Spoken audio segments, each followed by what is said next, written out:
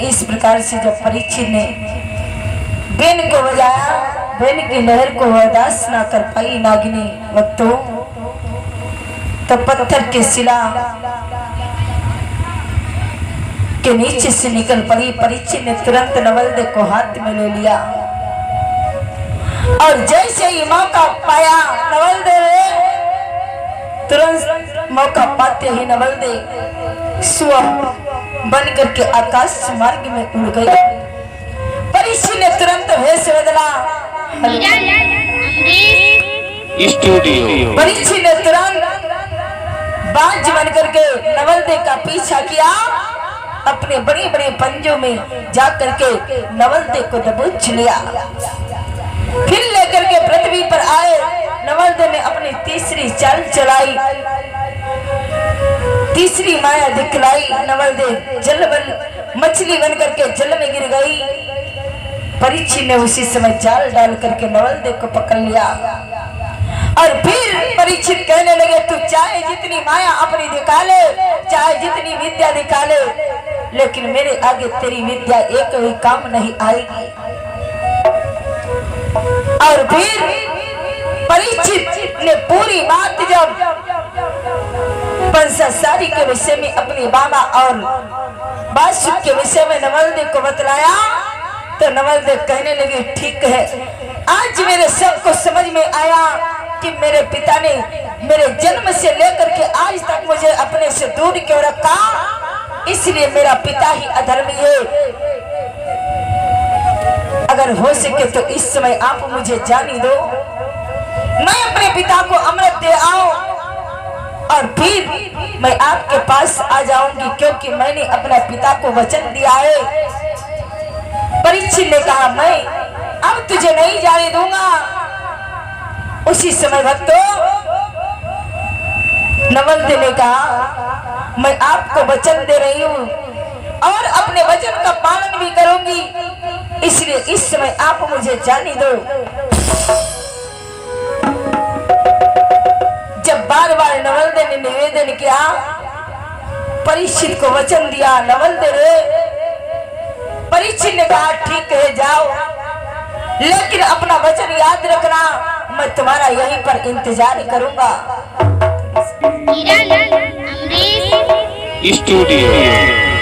उसी समय नवलदेव हाथ में वो अमृत का कलश लेकर के चल पड़ी अपने पिता बासुक के महलों की ओर बढ़ते। और जब जाकर के राजा बासुक के महलों में पहुंची, बासुक के आगे अमृत रख दिया और फिर बासुक ने अमृत से स्नान किया। काया तो ठीक हो गई, लेकिन बाद में नवलदेव क्रोध में अपने पिता को फटकारते हुए कहने लगे, अरे पापी पिता, अगर मैं ये जान जाती कि तुझे कोढ़ हो गया है और तूने बहुत सारे छल किए हैं, तो मैं हरगिज हस्तिनापुर न जाती। लेकिन आज तेरी सच्चाई मुझे मालूम पड़ गई है, इसलिए सुनो पिताजी कि करके क्रोध पद्मिनी कि पहुंची जाई महल बासुक के, पहुंची जाई महल बासुक के, आगे अमृत थाली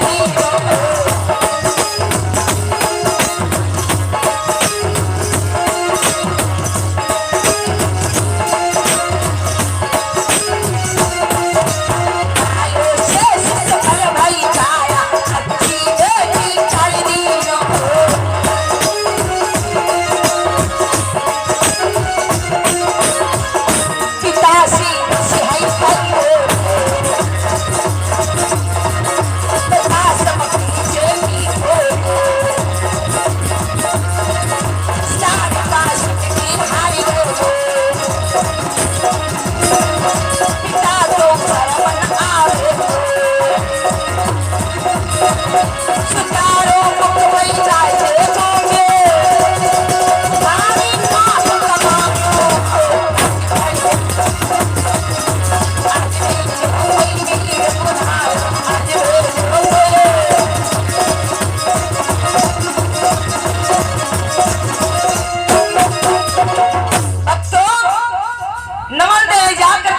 पिता को पूरा हाल बतलाया और कहा, हे पिताजी, तुमने जो आज तक हमारे साथ छल किया सो आपने अच्छा नहीं किया। आज उसी का तुम्हें दंड मिला हुआ है, तुम्हें कोढ़ हो गया।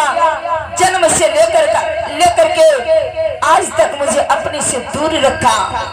सो हे पिताजी, मैं जा रही हूँ अपनी असली जगह पे। पिताजी, जिसके कारण तुमने अपने से मुझे दूर रखा, आज मैं तुम्हें छोड़ करके जा रही हूँ अपने पति के पास, क्योंकि तुमने तो हमारा विवाह गर्भ में ही ठीक कर दिया था। तो आज मैं अपने असली पति के पास जा रही हूँ, आपकी सारी सच्चाई मालूम हो गई है। इतना कह करके नवलदेव तुरंत हस्तिनापुर की ओर भक्त चल पड़ी। और परीक्षित नवलदेव का इंतजार कर रहे थे। वक्त हुआ क्या कि देखत मात परीक्षित ठाड़ो, कि देखत मात परीक्षित ठाड़ो,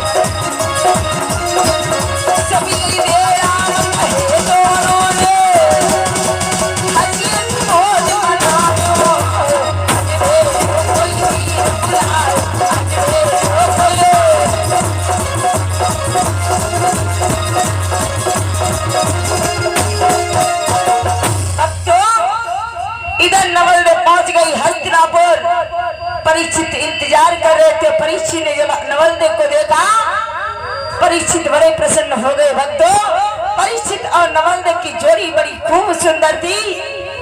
परीक्षित नवलदेव को अपने बाबा अर्जुन के पास लेकर के पहुंचे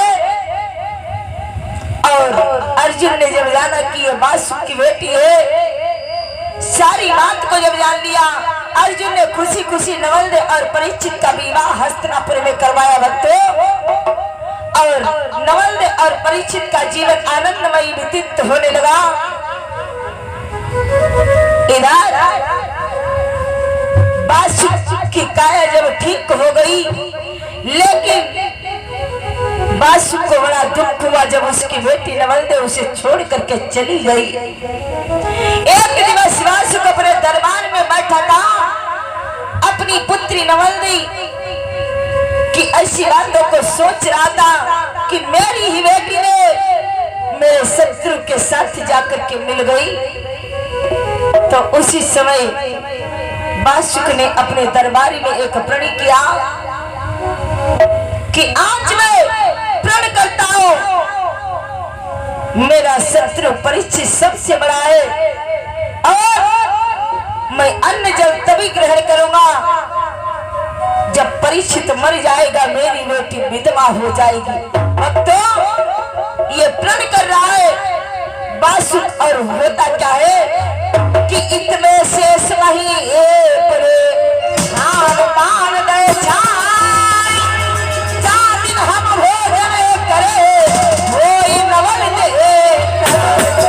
भक्तों, वासुक कहता है कि मैं भोजन तभी करूंगा जब मेरी बेटी नवलदेव विधवा हो जाएगी। भक्तों, पिता का न्याय देखो कैसा है। बेटी ने पिता की काया को ठीक किया है, लेकिन आज उसके बदले में पिता वासुक बेटी का जीवन उजाड़ने का प्रण कर लिया। और उसी समय वासुक ने दरबार में एक बीड़ा डाल दिया कि इस बीड़े को खा करके कौन वीर परीक्षित को डसने के लिए जाएगा। उसी समय एक धामी नाम का सर्प बैठा हुआ था। उसने कहा, महाराज आप मुझे आज्ञा दो, मैं जाऊंगा परीक्षित को डसने के लिए भक्तों। और उसी समय वो सर्प चल पड़ा। और हुआ क्या कि उड़त जात लहरात पवन सो, कि घड़ी न बीती ना पल भी तो, घड़ी न बीती ना पल भी तो, पहुंच गयो एक धामा में।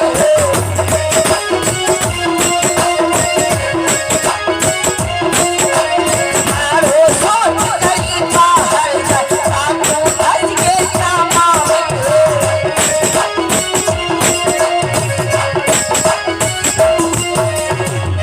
चलो भाई तार दे कहीं पता नहीं हरी रहे खूब पहुंच गए सब ही परीक्षित पलंग पर बैठो मोर उठाए, सवड़ी के अन्न की रोक भी करे, हिय में ही निहारो।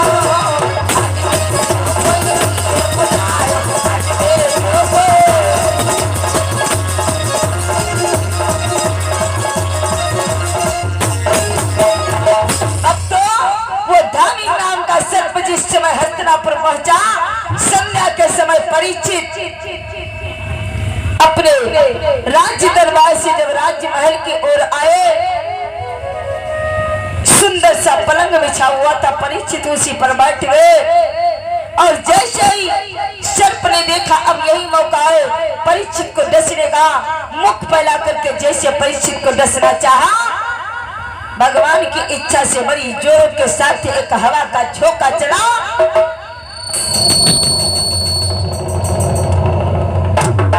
और उसी हवा के झोंके के साथ एक अन्न का दाना उड़ करके सर्प के मुख में भक्तों गिर गया। सर्प हाय हाय करने लगा, सोचने लगा ये क्या हो गया।